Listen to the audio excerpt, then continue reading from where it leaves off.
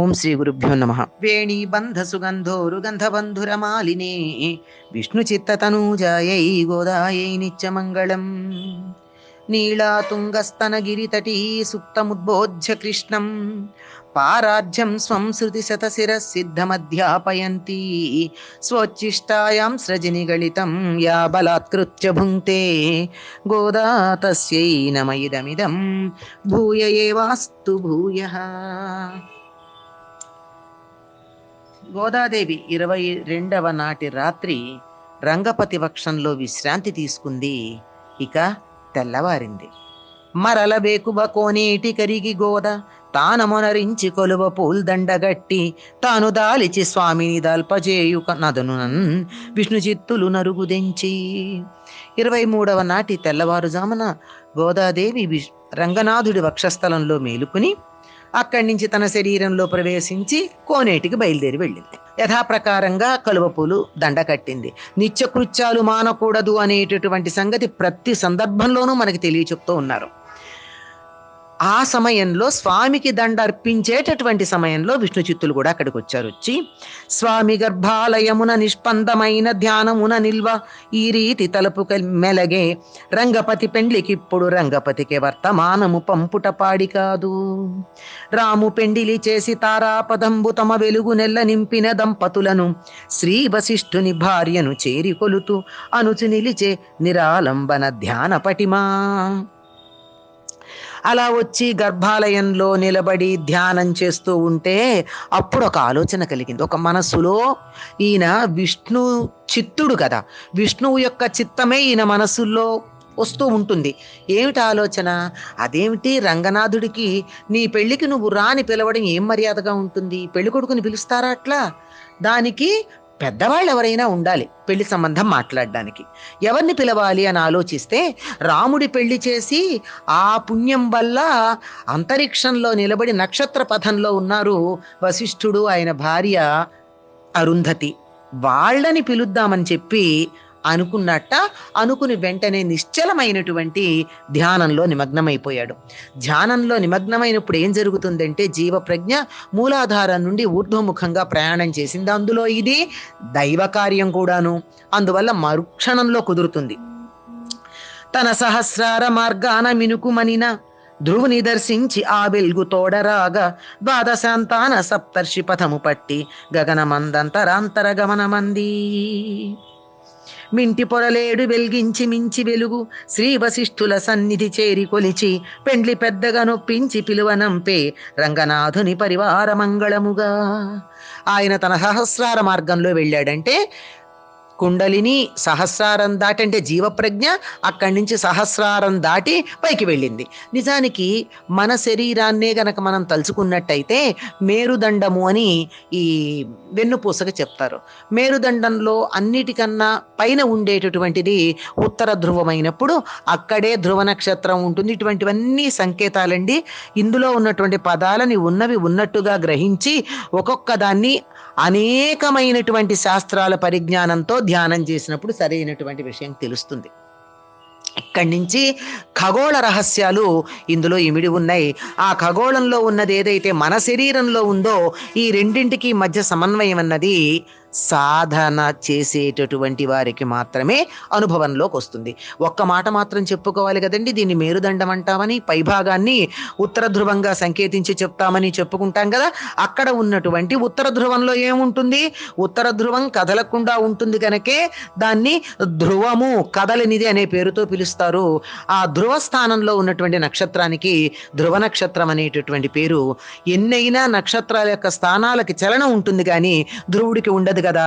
ఇది ఖగోళ రహస్యాలు, జ్యోతిష్ శాస్త్ర రహస్యాలు తెలిసినటువంటి వారికి చాలా అద్భుతంగా అర్థమయ్యి ఆనందం కలుగుతుంది. సహస్రార మార్గంలో వెళ్ళి అలా మినుకుమని మెరిసేటటువంటి ధ్రువ నక్షత్రాన్ని దర్శించి ఆ ధ్రువ నక్షత్రం తనకి దారి చూపిస్తూ ఉంటే లోకంలో కూడా దిక్కులు తెలియని సందర్భంలో ఏ దిక్కు ఏమిటి అని తెలుసుకోవడానికి ఉపయోగించేటటువంటిది ఒక్క ధ్రువ నక్షత్రం మాత్రమే దిక్కులు తెలియడానికి సహకరిస్తుంది. అది తోడుగా పెడుతూ ద్వాదశాంతాన సప్తర్షి పదము పట్టి, ఈ ద్వాదశాంతము అనేటటువంటిది వైదిక జ్యోతిష్ శాస్త్రానికి సంబంధించిన పారిభాషిక పదం.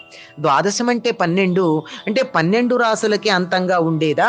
దీన్ని కొద్దిగా అధ్యయనం చేసి తెలుసుకోవాల్సినటువంటిది. దాని నుంచి ఈ సప్తర్షులు ఉండేటటువంటి దారిలో వెళ్ళి ఆకాశంలో ఉన్న అంతరాంతరాలలో ఆయన వెళ్ళాడట. జీవప్రజ్ఞ శరీరం ఇక్కడే ఉంది. మింటి ఆకాశంలో ఉన్నటువంటి 7 పొరలు ఉంటాయని చెప్తారు కదా. ఆ 7 పొరలని వెలిగించేటటువంటి నక్షత్రం ఎవరయ్యా అంటే వశిష్ఠుడు. ఆ వశిష్ఠుడి దగ్గరికి వెళ్ళి మీరు పెళ్లి పెద్దగా రండి అని ఈయన ఎలా అడిగాడో తెలియదు కానీ వశిష్ఠుల వారు వెంటనే అంగీకరించారట. మరి వెళ్ళి ఆయనకి పెళ్లి ఏర్పాట్లు చెయ్యండి అని రంగనాథుడి దగ్గరికి ఆయన్ని పంపించేశారట. మరి వశిష్ఠుడు ఒక్కడు వెడితే కుదురుతుందా? ఆయన ఎక్కడున్నాడు? సప్తర్షి మండలంలో ఉన్నాడు. కనుక ఆ సప్తర్షి మండలంలో ఈయన బయలుదేరుతూ ఉంటే ఏం జరిగిందంటే, శ్రీ వశిష్ఠులు భార్యయు సిరులు వెలుగా బయలుదేరి పీఠంబు వదలిపూని చుక్కలై వెల్గురుషులెల్ల చుట్టుగూడి భార్యలో కృత్తికల తోడ బయలుదేరా. ఈయన భార్య బయలుదేరుతూ ఉంటే ఆయనతో పాటుగా మిగిలినటువంటి 6 ఋషులు బయలుదేరారు. వారి భార్యలైనటువంటి కృత్తికలు కూడా వచ్చారు. ఆ సప్తర్షి మండలం అని చెప్పబడేటటువంటి పీఠం ఏదైతే ఉందో దాన్ని వదిలి సంపత్పూర్ణంగా వీరంతా బయలుదేరారు. నింగి నిండిన లో వెల్గు రంగులందు దాగియుండిన శ్వేత పద్మమును చేరి దానములచిన 4 పద్మముల యందు వర్ణములు కట్టుకొన్న రూపంబు చూచి ఈయన పని మీద ఇక్కడికి పంపించి, అంటే రంగనాథుడి పక్షాన ఉండమని చెప్పి సప్తఋషులని వశిష్ఠుణ్ణి పంపించి ఈయన మిగిలినటువంటి వారందరినీ పెళ్లికి రమ్మని పిలవడానికి వెళ్ళాడు. స్వయంగా వెళ్ళి పిలవాలి కదా పెద్దల దగ్గరికి. అలా వెళ్ళి అక్కడికి వెళ్ళి ఇంకా పైకి పెడితే ఏం కనపడుతోంది అంటే ఆకాశంలో ఉన్నటువంటి రకరకాలైనటువంటి రంగులలో ఆయన ప్రవేశించి వెళ్ళాడట. దాంట్లో ఆ రంగుల్లో దాక్కుని ఉందిట ఒక తెల్లని పద్మం. ఆ తెల్లని పద్మంలో 4 పద్మాలు రంగులు కట్టుకున్న రూపంగా ఉన్నాయిట. అంటే ఒక పద్మం, ఆ పద్మంలో నుంచి 4 పద్మాలు మొలిచాయి. ఆ 4 పద్మాల్లో ఒక్కొక్క దాంట్లో ఒక్కొక్క రంగు రూపం కట్టుకుని ఉంది అన్నారు. అక్కడ వర్ణాలు కట్టుకున్నది అని. వర్ణం అనేటటువంటి పదానికి రంగు అనే అర్థం ఉంది. వర్ణం అనేటటువంటి పదానికి అక్షరము అనే అర్థం ఉంది. ఈ అక్షరంతో కూడుకున్నది. ఎందుకంటే బ్రహ్మ నుండి వచ్చినటువంటిదంతా శబ్దమయంగా వచ్చినటువంటి సృష్టే కదండి. అందుకని 4 వచ్చాయి. ఒక పద్మంలో నుంచి 4 వచ్చాయి. అంటే తెలుపు రంగులో అన్ని రంగులు ఇమిడి ఉంటాయి. ఆ తెలుపు రంగు కొంచెం విచ్చుకునేటప్పుడు, అంటే మనం వర్ణ వికీర్ణత చెందింది అంటారే, అప్పుడు చాలా రంగులు వస్తాయి. అందులో ప్రధానంగా ఉన్న 4 రంగులు ఉన్నాయని ఒక అర్థం. 4 పద్మాలుగా వికసించిందంటే ఆయన ఒక్కొక్క ముఖం ఒక పద్మంగా ఉందని. పద్మం అనేటటువంటిది వికాసనశీలమైనటువంటిదిగా చెప్తారు. ఎక్కడ వికాసం ఉంటుందో అక్కడ పద్మంతో పోలిక చెప్పడం మనకు కనపడుతూ ఉంటుంది. ఇవన్నీ ప్రతీకాత్మకంగా ధ్యానమయంగా మనకు కనపడేటటువంటివి. అనేక శాస్త్రాల విషయాలు ఇందులో నిబిడీకృతం చేసి ఈ వర్ణనలన్నీ మనకు అందించారు మాస్టర్ గారు. అందులో ఈ వర్ణాలు 4 వర్ణాలు ఉన్నాయి. 4 వర్ణాలు ఏమిటి అంటే 4 వేదాలుగా చెప్తే పర, పశ్యంతి, మధ్యమ, వైఖరి అని చెప్పబడేటటువంటి ఉచ్చారణకి సంబంధించిన శబ్ద స్థాయిలు, ఇలా 4 సృష్టి విచ్చుకున్నవన్నీ కూడా అక్కడ ఒక్క శ్వేత పద్మంలో నుండి 4 వర్ణాలతో కూడిన పద్మాలు వచ్చాయిట. వర్ణరూపమూర్తికిని సువర్ణగోళమూర్తికిని మృక్కి. ఆ రంగులున్నటువంటి రూపంతో ఉన్న ఆకృతికి, బంగారు వర్ణంలో ఉన్నటువంటి ఆ రూపానికి ఆయన నమస్కారం చేశాడు. అంటే ఈ రంగులన్నీ కూడా ఆకృతి ధరించినట్టయితే ఏమవుతుంది? బ్రహ్మగారి ముఖం అవుతుంది. ఆయనకున్న 4 ముఖాలు, ఆ 4 ముఖాలు రావడానికి కారణమైనటువంటి విష్ణువు యొక్క నాభి పద్మము ఉన్నాయే, వీటిలో నుంచి రూపు కట్టిన ఆయనకి నమస్కారం చేసుకున్నాడంటే బ్రహ్మగారు. ఇందులో సృష్టి రహస్యాలు, ప్రప్రథమైనటువంటి సృష్టి ఏ విధంగా ఆవిష్కృతమైంది అవన్నీ చెప్పబడి ఉన్నాయి. వాటన్నిటికీ నమస్కారం చేసి ఇందులో హిరణ్మయాండము అని చెప్పబడే సువర్ణగోళమూర్తి అని చెప్పారే, బ్రహ్మాండము హిరణ్మయాండము ఆ రహస్యాలు. ఆయనకి నమస్కారం చేసి వర్ణ రూపమూర్తికిని సువర్ణగోళమూర్తికిని మ్రొక్కి పెండ్లికి ముందుగానే తన గృహానికి వేంచేయ తరలి రెండటంచున ఆహ్వానమునరించి ఆజ్ఞ పొంది. ఆయన పెళ్లికి ముందుగా రండి మా ఇంటికి, తరలిరండి అంటే, తరలి రావడం అంటే ఒక్కళ్ళుగా కాదు, కుటుంబము పరివారం వీళ్ళందరినీ తీసుకుని రమ్మని చెబితే ఆయన సరేనాయనా వస్తాను వెళ్ళిరా అని సెలవిస్తే సెలవు తీసుకుని బయలుదేరాడు. ఆ ధనుస్సున చలిలోన నాకసంబు త్రోవలందున మంచు బిందువలు గట్టి పరులుగా తోచు కైలాస భూధరంబు జొచ్చిడ మరుక శబ్దాల సుడుల దూరి. ఆ ధనుర్మాసంలో ఉన్నటువంటి చలి ఉందే, ఆ చలి ఆకాశపు దారుల్లో మంచు బిందువులుగా అయ్యి అదంతా గట్టిగా పొరలు పొరలుగా తయారైనట్టుంది. మనకి నగరంలో కనపడదు, కానీ పల్లెలకు గనక వెళ్ళినట్టయితే ఈ సూర్యోదయమైన కాసేపటికి మంచు చుక్కలు చుక్కలుగా చుక్కలు చుక్కలుగా పడడం కనపడుతూ ఉంటుంది. ఆ లోపల ఒక్కొక్క పొరలు కనపడతాయి. అంటే ఈ మంచు కరుగుతూ నీరు అయ్యేటటువంటి సమయానికి ఒక్కొక్క పొర కరుగుతున్నట్టుగా ఉంటుంది. సూర్యోదయానికన్నా ముందు లేచి తూర్పు దిక్కుగా తిరిగి కూర్చుని చూసినట్టయితే ఈ మంచు ఎన్ని పొరలుగా ప్రకృతిని కప్పుతుందో కనపడుతుంది. ఇదంతా మనకు కనపడే ఈ పొరలు ఉన్నాయే, మంచు పొరలు, ఇది అంతరిక్షంలో ఉన్న సృష్టి సంబంధమైన విశేషాలుగా చక్కగా చమత్కారంగా పోల్చి చెప్పారంటే, మనలాంటి వాళ్ళకి అర్థం అవ్వాలంటే మనకి తెలిసిన విషయంతోనే పోలిక చెప్పాలి కదా.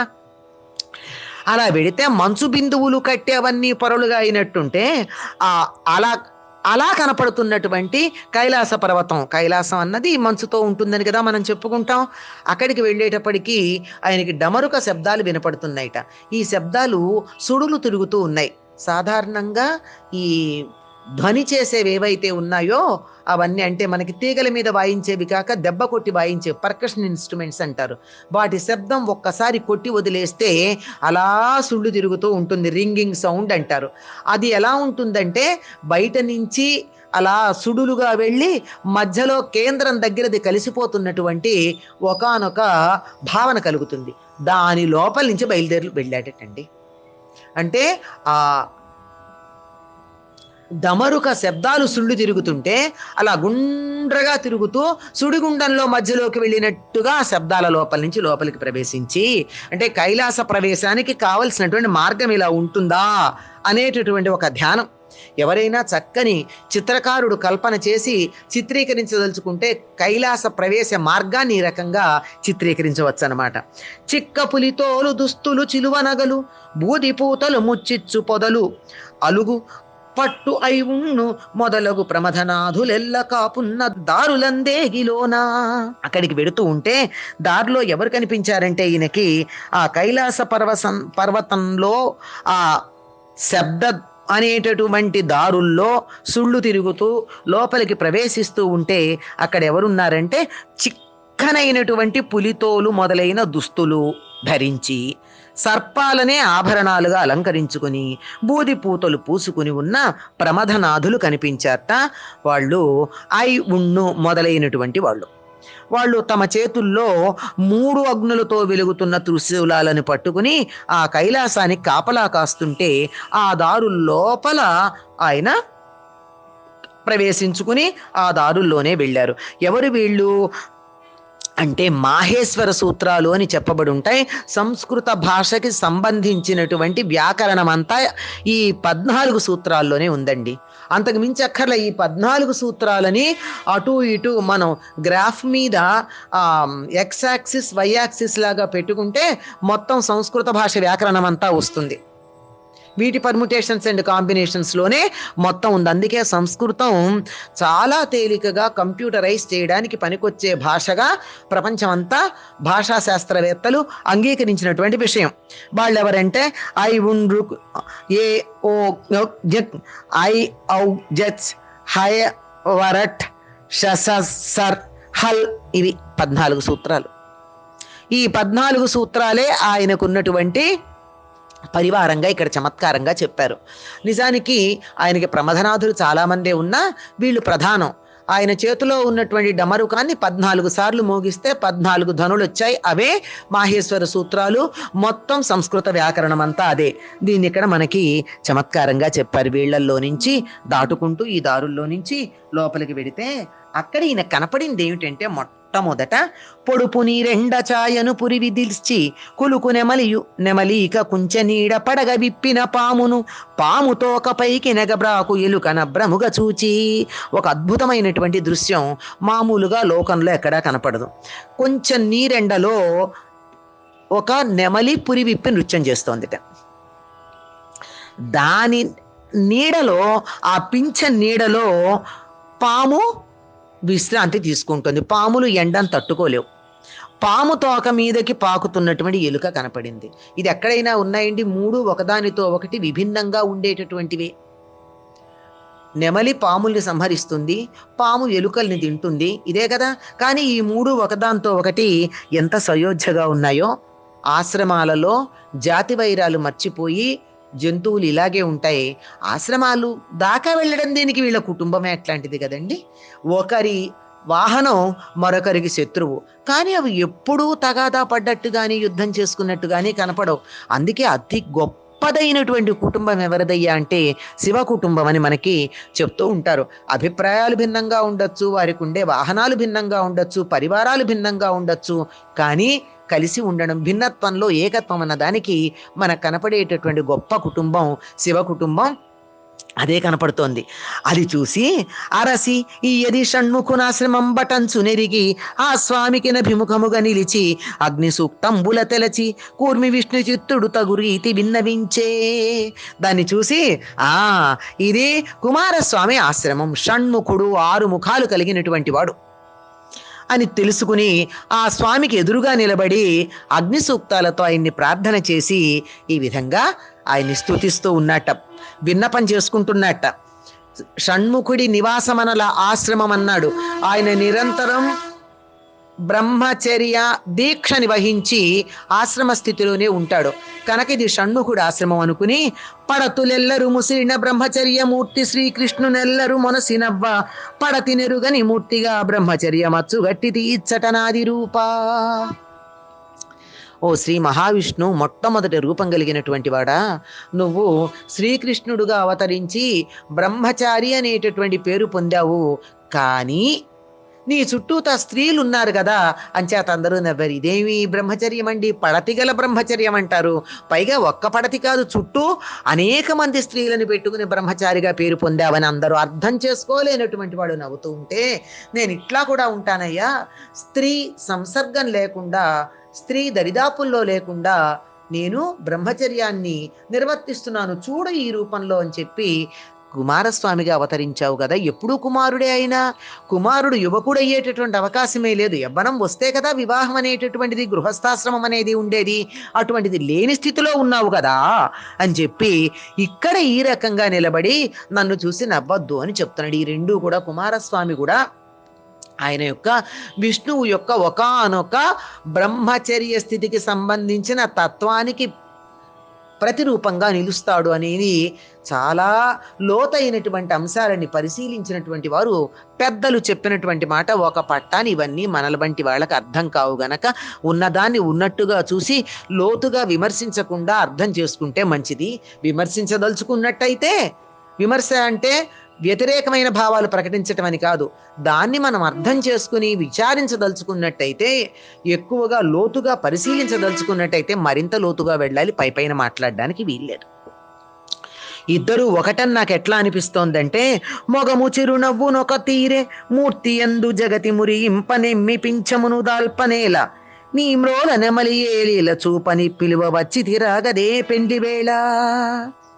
నీ ముఖం, నీ చిరునవ్వు చూస్తే పూర్తిగా నాకు నా కృష్ణుడే అనిపిస్తోంది. కృష్ణుడేమో తల మీద నెమలి పింఛం పెట్టుకున్నాడు కదా, నాకు లేదంటావేమో. అసలు నీకెందుకయ్యా నెమలి పింఛం? ఆయన ఒక్క ఈక నెత్తిని పెట్టుకుంటే నెమలి వచ్చి నీ ముందు నృత్యం చేస్తోంది. ప్రత్యేకంగా పెట్టుకోవాల్సిన పనేముంది? రావయ్యా, పెళ్లి సమయానికి వచ్చి తప్పనిసరిగా విందు స్వీకరించు అనుచు విఘ్నేశ్వరునిగాంచి, అయ్యా పెండ్లి మొదట నిన్ను విశ్వక్సేన పదముతోడ పిలుచుకొందును, విఘ్నముల్మొలువనీక పెండ్లి నడిపించి సాపడి వెట్క చూపు. అక్కడే కుమారస్వామిని పిలిచి పక్కనే ఉన్న వినాయకుడితో అంటాడయ్యా, నిన్ను మేము విశ్వక్సేనుడు అనే పేరుతో పిలుచుకుంటాం. ఇక్కడ చాలా గొప్ప సమన్వయం చేసే ప్రయత్నం చేశారు మాస్టర్ గారు, అర్థం చేసుకోవాలండి. శ్రీ వైష్ణవ సంప్రదాయంలో ఉన్న వాళ్ళు విఘ్నేశ్వరుని పూజించరు, విశ్వక్సేనుణ్ణే ఆరాధిస్తారు. అయ్యా మేం విశ్వక్సేనుడు అంటాను, నువ్వు విఘ్నేశ్వరుడిక, నాకు ఈ రెండిటి మధ్య తేడా లేదు అని చెప్పి వారి మధ్య ఉన్న అభేదాన్ని, వైష్ణవ శైవ అనడానికి కూడా వీలేదు, స్మార్తుల మధ్య ఉండేటటువంటి తగాదాల్ని, అభిప్రాయ భేదాలని సమసిపోయేటట్టుగా చేసే ప్రయత్నం కనపడుతోంది. నిన్ను మేము విశ్వక్సేనుడు అనే పేరుతో పిలుచుకుంటాం, రావయ్యా మాకు విఘ్నాలు రాకుండా చూసి పెళ్ళి విఘ్నాలు లేకుండా నడిపించి సాపడి వేట్క చూపు. విఘ్నేశ్వరుడు లేక వినాయకుడు భోజన ప్రియుడని కదా అనుకుంటాం, అందువల్ల సాపడవయ్యా అన్నారు. సాపడటం అనేటటువంటి మాట వైష్ణవులు వాడేటటువంటిది. సాపాటు అంటే భోజనం చేసి మాకు వేడుక కలిగించు అని చెప్పి ఆయన్ని కూడా ప్రార్థించాడు. విఘ్నేశ్వరుని పిలిచిన తర్వాత భక్తి శిఖరాగ్రమెక్కి అభ్రంక షమ్ముదీప్త కర్పూర భూధర తేజమైన నందిమూర్తికి మ్రొక్కి ఆనందమూర్తి దయను మా ఇంట పెండికి తరలిరమ్ము. అక్కడి నుంచి నందిని ప్రార్థించాడు. నంది అనుమతి లేనిదే శివుడి యొక్క దర్శనం మనకి లభ్యం కాదు.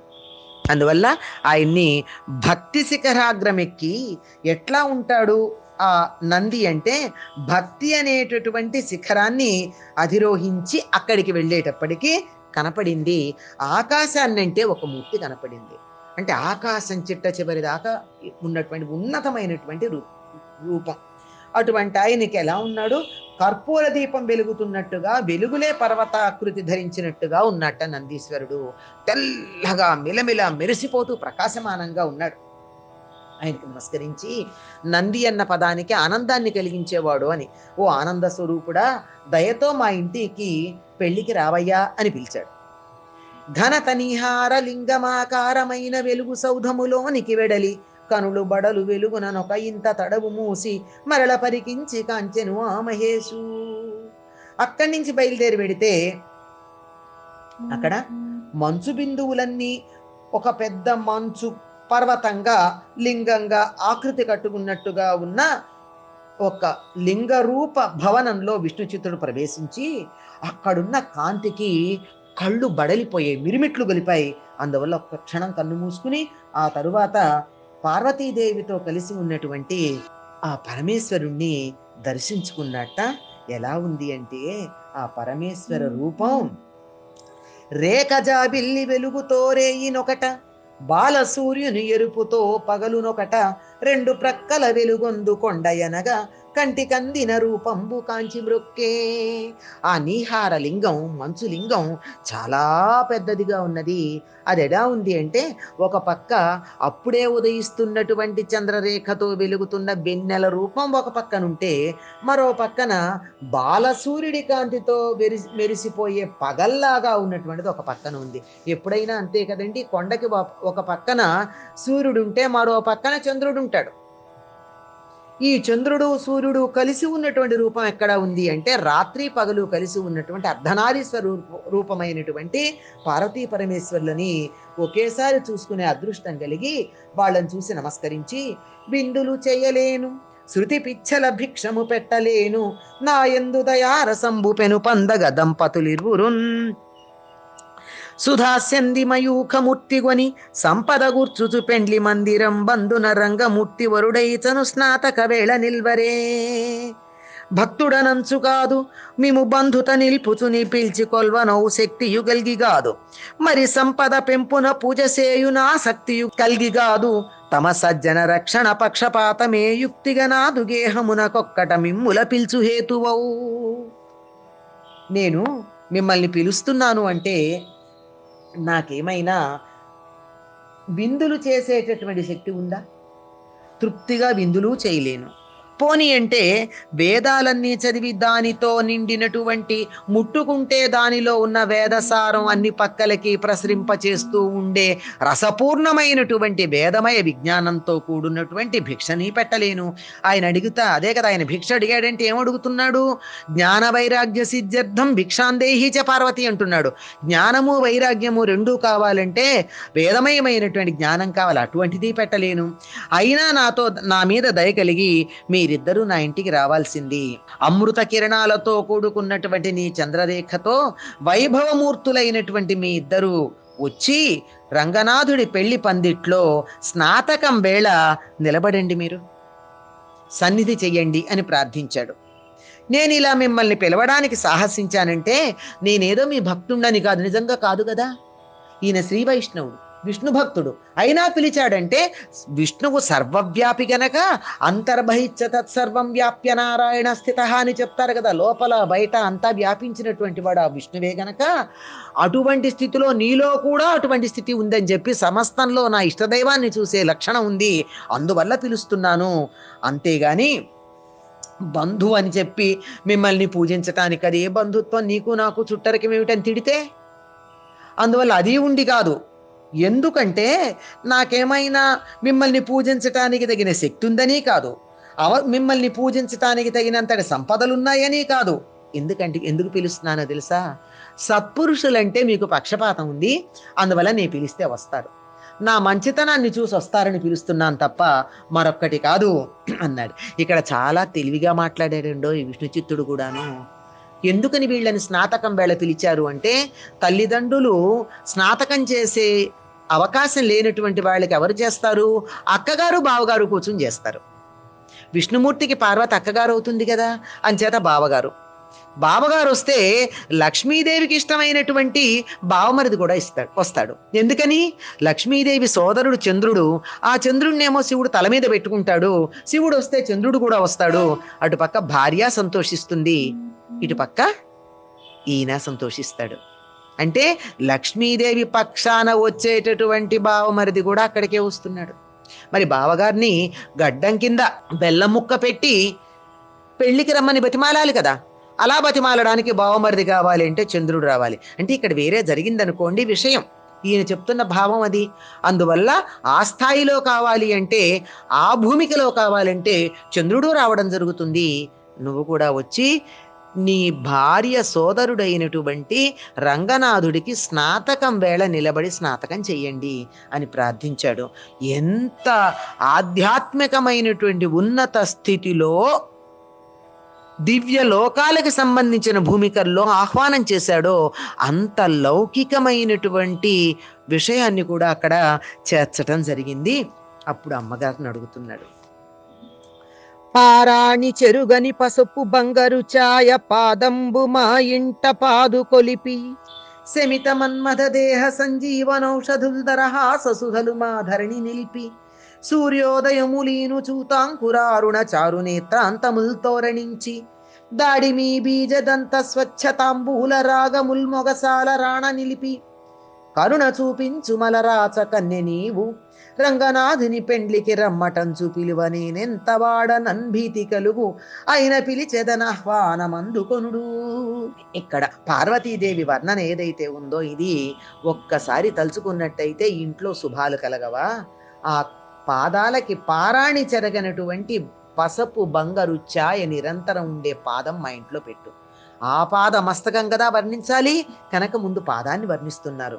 అంతేకాదు శమించిపోయినటువంటి మన్మధుణ్ణి మళ్ళీ బ్రతికేటట్టు చేసినటువంటి నీ చిరునవ్వు ఉంది, ఆ చిరునవ్వు అనే మన్మధుణ్ణి మళ్ళీ పుట్టించినటువంటి సంజీవనౌషధులు కలిగిన ఆ అందమైనటువంటి చిరునవ్వు అనే అమృతాన్ని మా ఇంట్లో నిలుపు. ఎందుకంటే జరగబోతోంది వివాహం గనక మన్మధుని యొక్క ప్రభావం ఉండాలి. సూర్యోదయాలని చూపించేటటువంటి మామిడాకుల చివర ఉండే వెలుగు లాంటి ఆ ఎర్రదనం కనుకొలకలుకుంటుందే అటువంటి నీ కంటి చూపులే మా ఇంటికి తోరణాలు. మళ్ళీ తోరణాలు కట్టుకోనక్కర్లా, మామిడాకులు ఎర్రగా ఉంటాయి కదా, మామిడి చిగుళ్ళు, నీ కంటి కొసలు కూడా ఎర్రగా ఉంటాయి, అవి చాలమ్మా మా ఇంటికి తోరణాలు. దానిమ్మ గింజల్లాగా ఉండేటటువంటి స్వచ్ఛమైన తాంబూలంతో ఎర్రపడినటువంటి నీ దంతాల కాంతులు మా ఇంటి ముందు నిలుపు తల్లి. కరుణ చూపించు మలరాచ కన్నే, కరుణ చూపించేటటువంటి ఆ హిమవంతుని కుమార్తె, నిన్ను మా ఇంట్లో జరుగుతున్న రంగనాథుడి పెళ్లికి రమ్మని పిలవడానికి నాకెంత అధికారం ఉంది? అయినా సరేనమ్మా పిలుస్తున్నాను, నా ఆహ్వానం స్వీకరించి నా ఇంటికి దయచేయవలసినది అని ప్రార్థించారు విష్ణు చిత్తులు. దశ దిశల దేవతలకు ప్రదక్షిణించి మ్రొక్కి భక్తిని వినయాన పూజ సలిపి కార్యసిద్ధికి ననుకూల గతులు గోరి పెండ్లికి రమ్మటంచును పిలిచి వచ్చే. వీళ్ళని ప్రధానంగా చెప్పినా అన్ని దిక్కుల్లో ఉన్నటువంటి అంతమంది దేవతలని కూడా ప్రదక్షిణ దిశగా వెళ్ళి పిలుచుకుని వచ్చి ప్రతివారికి ప్రదక్షిణం చేసి మరీ పిలిచొచ్చి భక్తితో వినయంతో పూజ చేసి మా ఇంట్లో జరిగేటటువంటి ఈ వివాహం అనే కార్యానికి సిద్ధి కలిగించమని చెప్పి అనుకూలంగా ఉండమని చెప్పి ప్రార్థన చేసి పిలిచి తిరిగి వచ్చాడు. అలవశిష్టాది సప్తర్షులాత్మ భార్యలను గమనమొప్ప శ్రీరంగమరిగి నిలిచి రంగనాథుని మహిమ కీర్తనము చేసి విన్నపము చేసి రీతి వెట్కతోడా. వాళ్ళు అక్కడ బయలుదేరారు కదా, ఈయన ఇక్కడ బయలుదేరి అందరినీ పిలుచుకొస్తే ఆ సప్తఋషులు భార్యలతో కలిసి రంగనాథుడి దగ్గరికి వెళ్ళి ఆయన్ని కీర్తించి ఆయనకి విన్నపం చేసుకుంటున్నారు. జరిగినది జరుగుచున్నది జరిగిడునది నీకు విదిత సామాన్యంబౌ ఎరుగనిది లేదు నీకును ఎరిగింపగనెంత వారమిన వంశగురు. సూర్యవంశంలో శ్రేష్ఠుడమైనటువంటి వాడా, నీకు జరిగేది జరుగుతున్నది జరగబోయేది నీకు తెలియదా? తెలియదని అనడానికి వీలు కాదు. అయినా సరే నీకు చెప్పడానికి మేమెంత వాళ్ళమని అనిపించినా చెప్పవలసినటువంటి ఒక కర్తవ్యం మా మీద ఉంది గనక చెప్తున్నాము. నిత్య కళ్యాణమూర్తివి నీకు మేము పెండ్లి జరుపటకని తలపెట్టినాము. లోక కళ్యాణమిది సుమ్ము నీకు పెండ్లి చేయుటన మాకు శుభములు చేర్చుకొనుట. ఎల్లప్పుడూ నువ్వు కళ్యాణమూర్తిగా ఉండే నీకు పెళ్లి చేయాలనుకుంటున్నాం. నీకు కళ్యాణం చేయడం లోక కళ్యాణం అవుతుంది. నీకు పెళ్లి చేయడం అన్నది మాకు శుభాలు. మనం లోకంలో దేవతామూర్తులకు కళ్యాణం చేయడంలో ఉన్న పరమార్థాన్ని ఒక్క పద్యంలో మనకి ఎంత అద్భుతంగా చెప్పారో చూడండి. అని నవారల పూజించి అధిక గౌరవమున రంగనాథుడు ఉత్సాహి అయి పలికినిట్లు సాధుజన వాక్యమే నాకు సమ్మతమ్ము అయిన సంబంధమే రీతి ఆనతిండు అని వాళ్ళంటే వాళ్ళందరినీ గౌరవించి ఉత్సాహంగా చెప్పాడు. అసలు ఋషులని గౌరవించటం అన్నది దేవతలందరికీ కూడా ప్రధానం. అందులోనూ లోకానికి ఒక చక్కని సంప్రదాయాన్ని పద్ధతిని తెలియజెప్పదలచినటువంటి భగవానుడు ఋషుల పట్ల గౌరవాన్ని మరింతగా ప్రదర్శించాడు.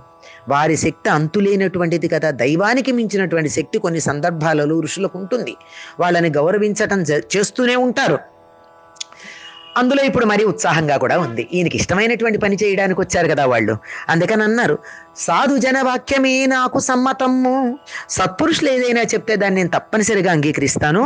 అయితే ఈ పెళ్లి సంబంధం ఏమిటో ఆ సంగతి చెప్పండి అన్నాడు, ఏమీ తెలియని అమాయకంగా. అప్పుడు కశ్యప ముని స్వామి కనియనిట్లు ఉండెనీ దాపు విల్లి పుత్తూరనంగా అందు కాశ్యప గోత్రమందలి పవిత్రమూర్తి మాయుజు శాఖలో కీర్తిగాంచే. ఇక్కడే కశ్యప మహర్షి అంటున్నాడు, ఇక్కడే విల్లిపుత్తూరు అనే ఊరుంది. ఆ ఊర్లో మా కాశ్యప గోత్రానికి చెందినటువంటి ఒక ఆయన యజుశాఖ ఆయనకి, అంటే వేదాల్లో కూడా ఒక్కొక్కళ్ళది కృష్ణ యజుర్వేద శాఖకి చెందిన వాళ్ళు, శుక్ల యజుర్వేదానికి చెందిన వాళ్ళు, వాళ్ళు పాటించేటటువంటి వేద శాఖ ఒకటి ఉంటుంది కదా. ఆ యజుర్వేదానికి చెందినటువంటి వాడు ఒక ఆయన ఉన్నాడు. అతనికి అప్రాకృత శరీరయగుచు పుట్టే గోదయ్యను అయో నిజ కూతురొకతే తులసి వనమున జనించే లలితమూర్తి అనిన సంతోషమున రంగడనుమతించే. అతడికి అప్రాకృత శరీరయ్యై అంటే అయోనిజగా దేవసా సంబంధమైనటువంటి శరీరం కలిగినటువంటిది, పాంచభౌతికమైన మానవ కాంత కాదావిడ. పాంచభౌతిక శరీరం కలిగిన మానవ కాంత కాదు. అటువంటి కుమార్తె ఒకటి జన్మించింది తులసివనంలో. చాలా అందమైనటువంటి రూపం కలిగినటువంటిది అని చెప్పాడు. అంటే ఆయన దేవత, దైవం. దైవానికి సంబంధం చెప్పేటప్పుడు అప్రాకృత శరీరైనటువంటి కాంతను గురించి చెప్పినప్పుడే సరిపోతుంది గనక ప్రధానమైన అంశం అది చెప్పారు. అంటే ధనవంతులు, లౌకికంగా చూడండి, ధనం ఉన్నవాళ్ళు మీకు డబ్బున్న వాళ్ళండి, వాళ్ళు డబ్బున్న వాళ్ళని చెప్తారు. లేదా వంశ మర్యాద, ఇలా ఇద్దరి మధ్య ఉండేటటువంటి సారూప్యాలు చెప్పేటప్పుడు ఈ ఆవిడ అప్రాకృత శరీర అని మా వంశానికి చెందిందని చెప్పడం జరిగింది. వెంటనే రంగనాథుడు అంగీకరించాడు. విష్ణు చిత్తుడు ధ్యానము వీడు సరికి సంధ్యవేళయే సాయాహ్న సమయమందు సాంజ విధి దీర్చి పూజలు సలిపియతడు శాంతమాన సరోచి విశ్రాంతి నందే. ఈ ఇది కూడా ధ్యానంలో చూశాడు ఈయన. ఇదంతా ఈ ధ్యానంలోంచి బయటకు వచ్చే సమయానికి సంధ్యా సమయం అయింది. అంటే ఉదయ సంధ్యా సమయంలో ధ్యానంలో కూర్చున్నటువంటి విష్ణుచిత్తుడు శరీరాన్ని ఇక్కడే ఉంచి ఆయన జీవప్రజ్ఞ అంతరిక్షంలో అలా ప్రయాణం చేసి అన్ని ఏర్పాట్లు పెళ్లికి కావాల్సింది చేసి వచ్చేటప్పటికీ సాయం సంధ్యా సమయం అయింది. ఇది లౌకికంగా ఈ భూలోకంలో చేయవలసినటువంటి ఏర్పాట్లు కాదు కదా, అందుకని అట్లా జరిగాయి. ఆ సాయం సమయంలో సాయం సంధ్య విధి తీర్చుకున్నాడు. నిత్య విధులు మానకూడదని ప్రతిక్షణం చెప్తున్నారు మాస్టర్ గారు. సాయం సమయంలో సంధ్యావందనం చేసుకుని పూజ చేసి శాంతమైన మనస్సుతో విశ్రాంతిగా ఉన్నాడు. పెళ్లి ఏర్పాట్లు అయిపోయాయి కదా, ఇంక ఈయనకి తొందరెందుకు, ప్రశాంతంగానే ఉన్నాడు. గేహాన గోద తాను రంగపతిపక్షమందు విశ్రాంతి చెందే రమ్యమిరువది మూడగు రాత్రి ఎల్లా భక్తులకు కూర్చుని పర వైభవములు. గోద శరీరమేమో తండ్రి ఇంట్లో, తాను మాత్రం తన ప్రజ్ఞ మాత్రం రంగనాథుడి వక్షస్థలంలో విశ్రాంతి చెందాయి. ఈ శరీరము విశ్రాంతిగా ఉంది, ఆవిడ ఆత్మ విశ్రాంతిగా ఉంది.